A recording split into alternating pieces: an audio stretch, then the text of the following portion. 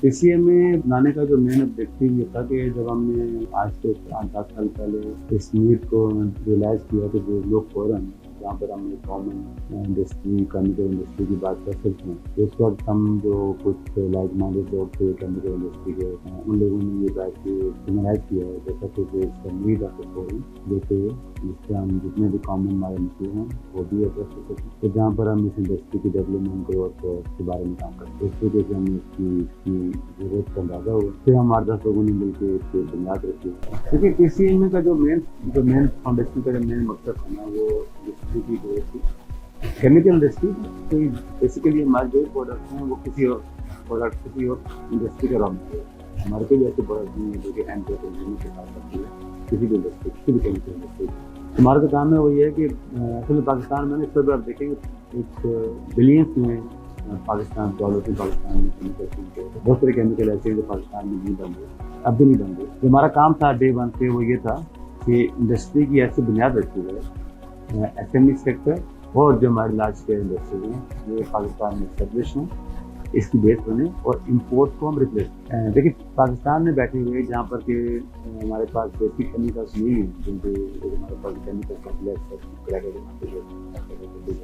ना होने की वजह से हमारे पास बेसिक केमिकल नहीं है, तो उसकी वजह से हम एक्सपोर्टेबिलिटी की ज़्यादा बात नहीं कर सकते। लेकिन पाकिस्तान में इतनी बड़ी इंपोर्ट है, तो वो हमारा जो मेन ऑब्जेक्टिव था पीसीएमए का जो आज भी है वो ये है कि हम इंपोर्ट सब्स्टिट्यूशन को प्रोड दें, वो सारे प्रोडक्ट पाकिस्तान में प्रोड्यूस करें जैसे पाकिस्तान में प्रोड्यूस नहीं हो रही और डिफरेंट मुल्कों से इम्पोर्ट हो रही है। तो इसलिए जो पीसीएमए का मेन किरदार था, जो मकसद था, जो काफ़ी हद तक अचीव भी हुआ है, वो ये था कि हम इंडस्ट्री की बेस बढ़ाएं, नए प्रोडक्ट को पाकिस्तान में इंट्रोड्यूस करें, नए प्रोडक्ट को लाने के लिए जो दुश्वारियाँ हैं, जो कबातें हैं, उनको एड्रेस करें। हमने गवर्नमेंट से काफ़ी चीज़ें टेकअप की, जिसमें से टैरिफ स्ट्रक्चर बस one of the major plotting है।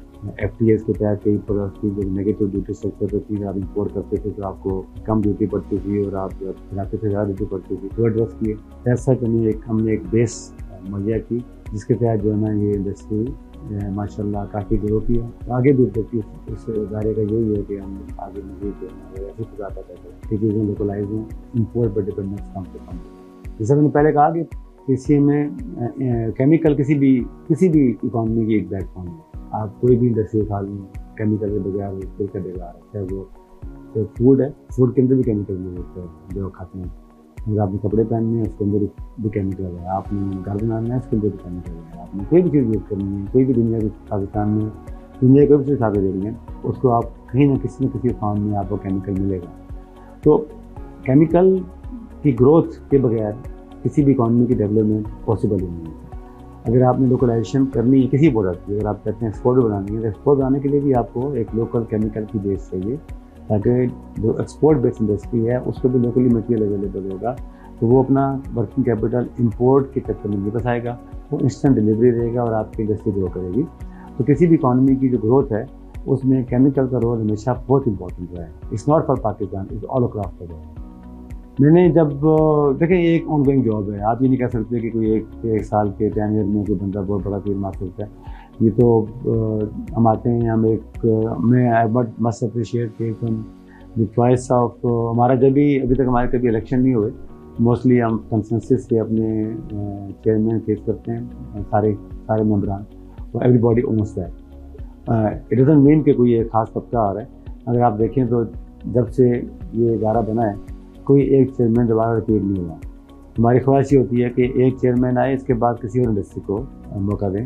तो आप देखिए छोटी से छोटी इंडस्ट्री से लेके बड़ी से बड़ी इंडस्ट्री भी के जो सीईओ थे वो इस इदारे के चेयरमैन हैं।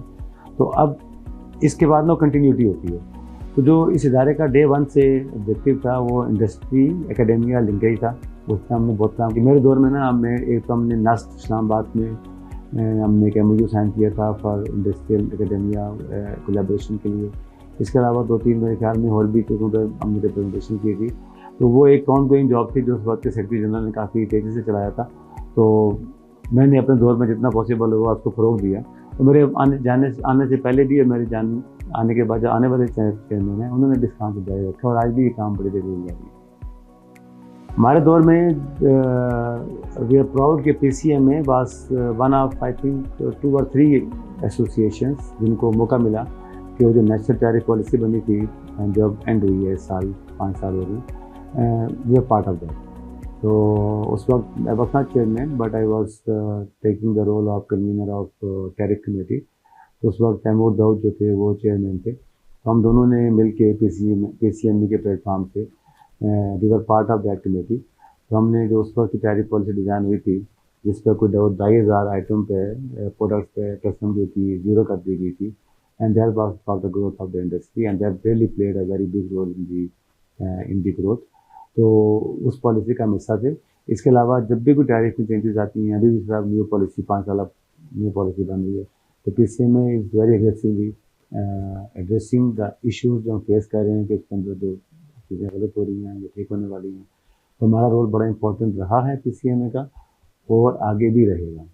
पेट्रोकेमिकल को पॉलिसी को हम पिछले कोई 4-5 साल से एडवोकेट कर रहे हैं। एक हमारे कुछ मेंबरान ने एक बहुत बड़ा वहाँ पर कन्वेंशन भी एक हेल्प किया था इस्लामाबाद में, where we called all the minister, finance minister भी वहाँ पर आए थे, कॉमर्स मिनिस्टर भी आए थे आई थिंक, इसके अलावा भी इंडस्ट्री मिनिस्टर भी आए थे। और फुल डे शो, और उसके अंदर फोकस हमारा यही था कि हम पेट्रोकेमिकल पॉलिसी को इंट्रोड्यूस करें, क्योंकि हमारा, मुझे पहले बताया मैंने कि हमारा मसला ये है कि हमारे पास कोई नेफ्टा या केमिकल कॉम्प्लेक्स नहीं है।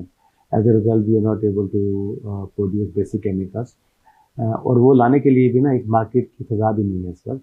उस फ़ज़ा को पैदा करने के लिए हमें मिड टियर प्रोडक्ट पर इन्वेस्टमेंट करनी है, और मिड टियर प्रोडक्ट्स के लिए वो भी ह्यूज इन्वेस्टमेंट है, this not like small investment. उसके लिए भी बहुत बड़ी सिर्फ बड़े बड़े प्लेयर इसमें एंटर हो सकते हैं with very very considerable investment.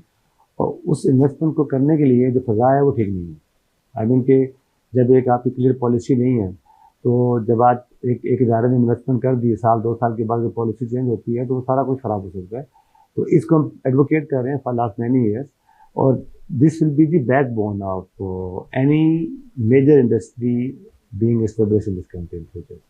Naphtha cracker को ना हमने फर्स्ट टाइम जो है ना सेंसिटाइज किया था जब ये एहसन इकबाल साहब प्लानिंग के मिनिस्टर थे in the last 10 year, I think 18 से पहले। तो हमने उस वक्त we were like very close discussion, और हम कोशिश कर रहे थे कि इस तरीके से CPEC का हिस्सा बन जाए, क्योंकि इट्स ह्यूज प्रोजेक्ट।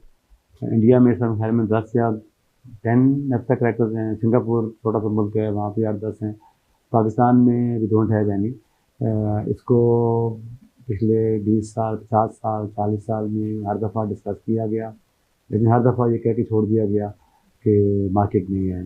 अब बात यह है कि पहले आप मार्केट बना लें, फिर ये ले आएँ, या ये लाएँ, मार्केट ऑटोमेटिक बन जाएगी। अब ये वो क्वेश्चन है जो कि कभी एड्रेस नहीं हुए। हमने बहुत सेंसिटाइज किया, हमारे मरूम इकबाल भाई साहब के सेक्रेटरी जनरल उसको बहुत आगे लेकर गए, मैं भी उनके साथ हुआ करता था। हमने इसको हर एक फोरम पे डिस्कस किया और काफ़ी अच्छा सेंसिटाइज किया, लेकिन सम ऑफ दी अदर इसका मसला सिर्फ ये है कि ये नीड है, ये नीड थी और ये नीड रहेगी। अगर कोई बंदा ये कहता है कि मैं केमिकल कॉम्प्लेक्स नहीं चाहिए, तो फिर उसकी जो शॉर्ट साइटेडनेस है, it has to be there. ये 20 साल पहले भी होना चाहिए था, ये 50 साल पहले भी होना चाहिए था, और आने वाले 20 साल के बाद भी चाहिए। सिर्फ ये है कि ये लगाने वाला कौन है। Unfortunately investment is close to $10 billion, और पाकिस्तान में किसी पार्टी की पर पार्टी सकती नहीं है। आई थिंक हमारे बैंक के पास इतनी बोरिंग कैपेसिटी नहीं है कि आपको लेंड कर सकें पैसा। तो it has to be with some foreign collaboration. हमारे पास चाइना की बात चलती है, हम सऊदीया की बात करते हैं, इसमें गवर्नमेंट को बहुत एक्टिव रोल प्ले करना पड़ेगा।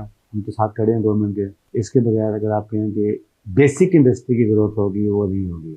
Naphtha cracker is the starting point जहाँ से हमारे सारे बेसिक केमिकल निकलते हैं। उन केमिकल से हमने मिड टियर लार्ज कॉम्प्लेक्सेस बनाने हैं, उसके बाद फिर आपकी डाउन स्ट्रीम निकलनी है, उससे से आपकी SME निकलनी है, उससे से आपकी जो है complete down stream industry develop होनी है। And that will be really a game changer if this happens in Pakistan. And I really wish this country, this association and all the players a big success in this। अल्लाह करे कि एक दिन हम इसमें कामयाब हो जाए, लेकिन इसकी ज़रूरत से कोई बंदा भी इनकार नहीं कर सकता।